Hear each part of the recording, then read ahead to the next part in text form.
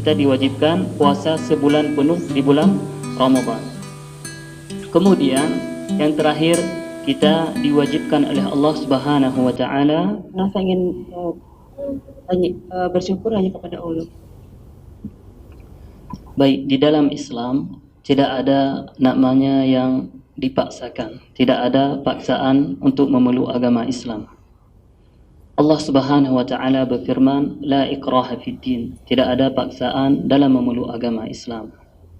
Jadi dalam Islam ini kita harus murni mempunyai keyakinan bahwasannya kita memang benar-benar tergunggah hatinya untuk memeluk agama Islam, bukan dari paksaan dari siapapun itu. Kalau itu sudah kita yakini, maka niscaya Islam kita akan menjadi sempurna.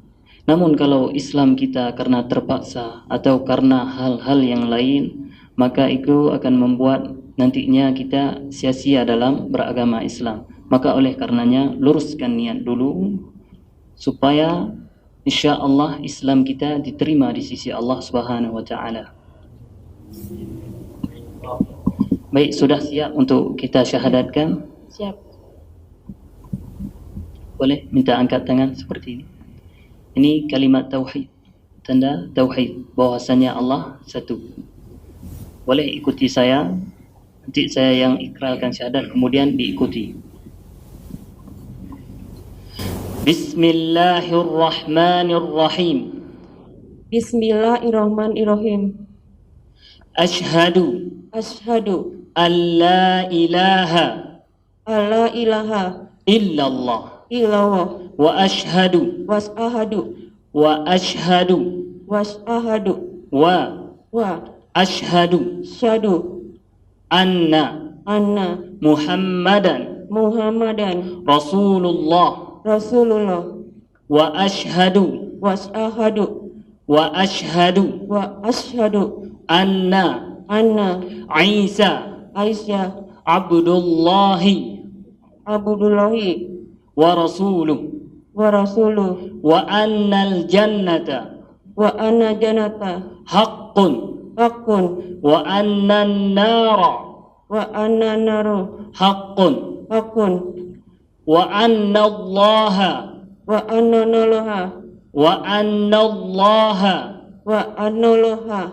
yab'athu man fil qubur. Aku bersaksi bahwa tiada Tuhan yang berhak disembah selain Allah. Dan aku bersaksi bahwa Nabi Muhammad adalah utusan Allah. Dan aku bersaksi bahwa Isa hamba dan utusan Allah. Dan sesungguhnya surga itu benar dan neraka itu benar.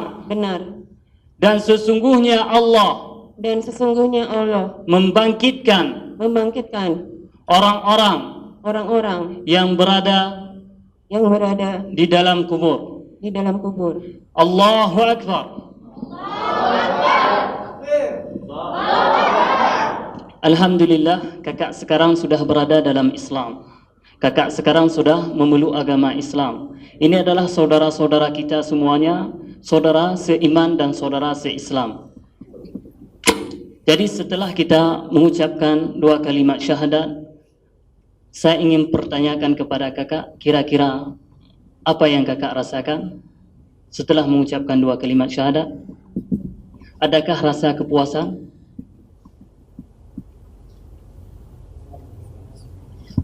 Ya, tenang sih. Tenang. Kira-kira ada rasa apa yang mungkin bisa kakak ungkapkan, diceritakan?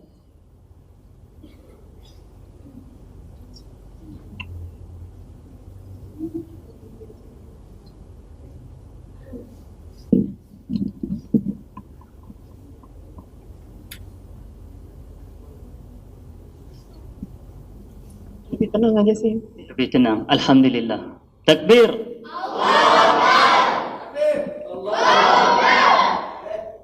Baik, kakak, kita setelah memeluk Islam, nanti kita akan diembankan dengan kewajiban-kewajiban.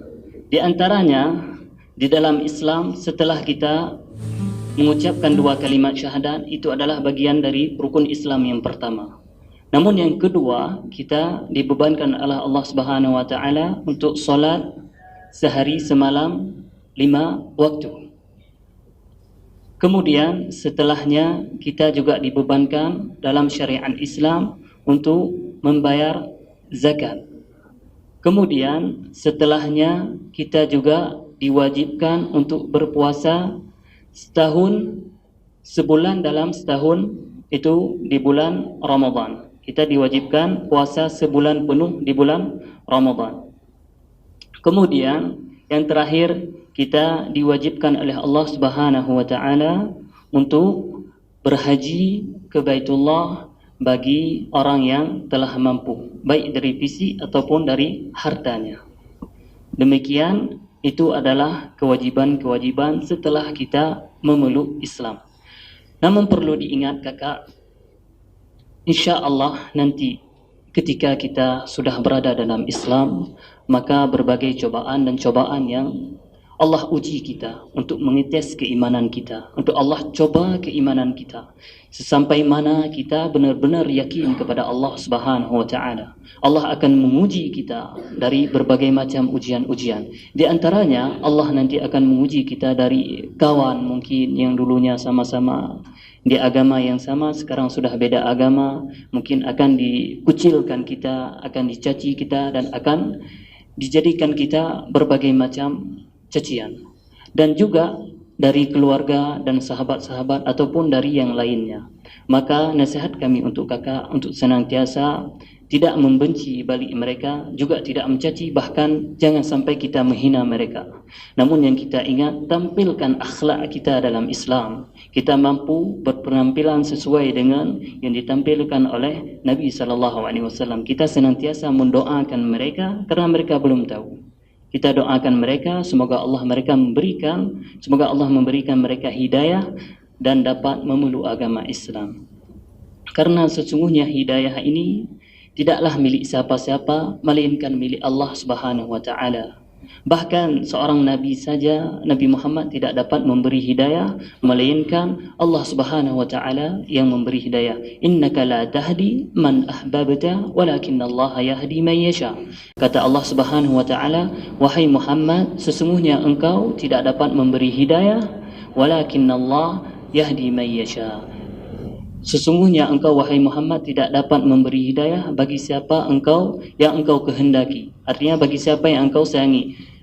Walakinnallah, akan tetapi Allah lah yang memberi hidayah bagi siapa yang Allah kehendaki. Maka oleh karenanya ketika kita mendapati cobaan, baik itu dari keluarga ataupun dari sahabat ataupun dari teman-teman dekat kita, maka kita harus berpegang bahwasannya mereka belum tahu, maka mereka menghujat kita. Senantiasa kita terus berpenampilan dengan akhlak, dengan kata-kata yang lembut. Niscaya melalui itu semoga Allah memberikan mereka hidayah.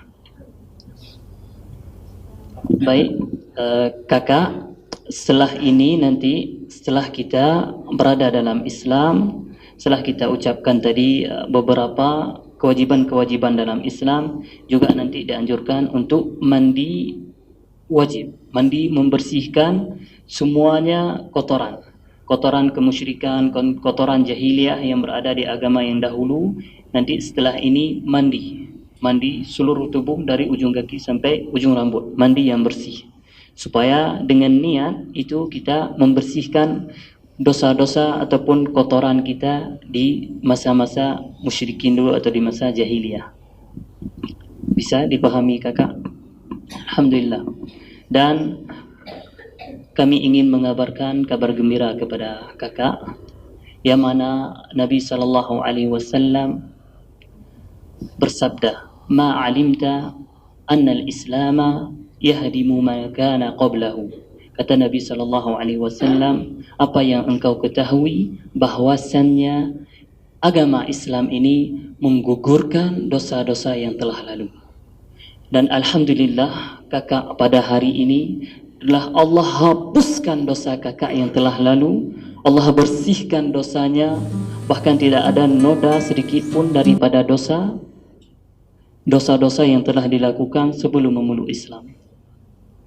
Sekarang kakak sudah suci dan kita harapkan semoga kakak tetap istiqomah di dalam Islam, konsisten di dalam Islam, tidak mudah membelot kemana. Kita tetap harus konsisten dan berpegang di atas Islam. Ya ayyuhalladzina amanu dukhulu fis silmi kaffah. Wahai orang-orang yang beriman, masuklah engkau ke dalam agama Islam dengan totalitas, dengan sempurna, jangan setengah-setengah. Kita harapkan kepada kakak nanti setelah memeluk Islam bukan hanya mengikrarkan kalimat syahadat, jangan cukupkan sampai di sini. Terus belajar dan belajar agar keimanan semakin tertancap dan kuat keimanan kita kepada Allah Subhanahu wa taala. Bismillah, assalamualaikum warahmatullahi wabarakatuh. Waalaikumsalam warahmatullahi wabarakatuh. Wa may yabtaghi ghairal islami dinan fala yuqbala minhu fahuwa fil akhirati minal khasirin. Siapa yang mencari agama, siapa yang mencari keyakinan, siapa yang mencari pedoman, siapa yang mencari aturan selain agama, aturan, pedoman, yakni agama Islam, maka tidak akan pernah diterima darinya. Dan dia nanti di akhirat termasuk orang-orang yang merugi. Makanya kita sampaikan di depan tadi, selamat dan kemenangan buat Mbak Ria. Nah, telah disampaikan tadi oleh Ustadz kita, Ustadz Burhanuddin, bahwa sungguh al-Islamu yahdimu ma qablah, bahwa Islam dengan memeluknya Mbak ini agama Islam telah menggugurkan dan menghapus semua dosa yang telah lalu. Ibarat bayi yang baru dilahirkan ibunya dalam kondisi fitrah, kondisi yang suci, bersih seperti kain putih. Tapi perlu kita ketahui bahwa bayi akan beranjak besar. Kan nggak jadi bayi terus kan? Dia terus menjadi balita, anak-anak, hingga akhirnya dia dewasa. Begitu pula Mbak Ria, nggak jadi bayi aja kan? Nah, seyogianya seorang bayi bagaimana? Untuk menjalani kehidupan dia harus terus belajar. Ini yang paling penting. Terus belajar, bertahap dari hal-hal yang paling penting. Kan nggak mungkin bayi tiba-tiba langsung belajar lari kan? Nah, hal-hal yang paling penting. Begitu juga di dalam Islam, nggak tiba-tiba kita langsung habis memeluk Islam langsung naik haji. Boleh aja, namun hal yang paling mendasar. Apa itu? Itulah yang perlu kita pelajari. Karena belajar di dalam Islam sebuah kewajiban. Yang pertama apa tadi sudah disampaikan, setelah syahadat berikutnya aturan atau tuntunan yang harus kita lakukan adalah nanti biasanya disunnahkan untuk merubah nama jika Mbak Ria berkenan. Nah, nanti ini mungkin Ustadz Ridwan aja yang membawakan kalau memang mau diganti namanya dengan nama hijrah istilahnya ya. Nah, itu yang pertama. Berikutnya adalah setelah ini mensucikan diri dengan mandi. Karena disunnahkan dan diajarkan oleh Rasulullah, setiap mereka yang baru memeluk Islam, maka setelah mereka mensucikan batinnya dari keyakinan-keyakinan sebelumnya, lantas dia sucikan juga dirinya dengan air yang suci. Nah, berikutnya belajar terus sholat dan nanti belajar membaca Al-Quran pelan-pelan. Insya Allah di lembaga kita, yayasan kita ini siaplah mengajarkan, dan di sini kan namanya pembinaan mu'alaf. Nah, inilah yang mungkin kita sampaikan saya pribadi. Selamat buat Mbak Ria, dan sungguh kemenangan buat Mbak karena telah memilih Islam. Kemenangan di dunia dan di akhirat kelak di surganya Allah Subhanahu wa taala. Kemudian berikutnya seperti kita ungkapkan tadi, saya serahkan kepada Ustadz Burhanuddin. Baik, kira-kira kakak mau diganti namanya? Baik, kita kasih nama kakak. Bismillah, kita kasih Zakiyah. Zakiyah. Sekarang nama beliau adalah Zakiyah.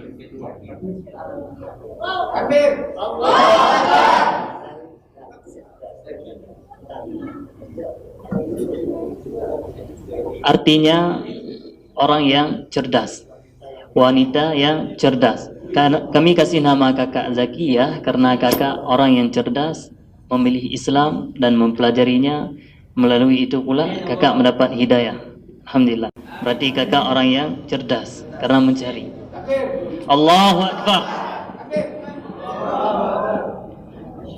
Nanti kami di sini Kak, di Lembaga Pembinaan Mu'allaf An-Naba Center di bawah yayasan ini membuka pintu untuk kakak bisa belajar di sini dan bisa ikut bersama mereka di sini, karena kita semua di sini latar belakangnya semua para mu'allaf, baik yang putri ataupun yang putra, ini adalah semuanya mu'allaf dan mu'allafah.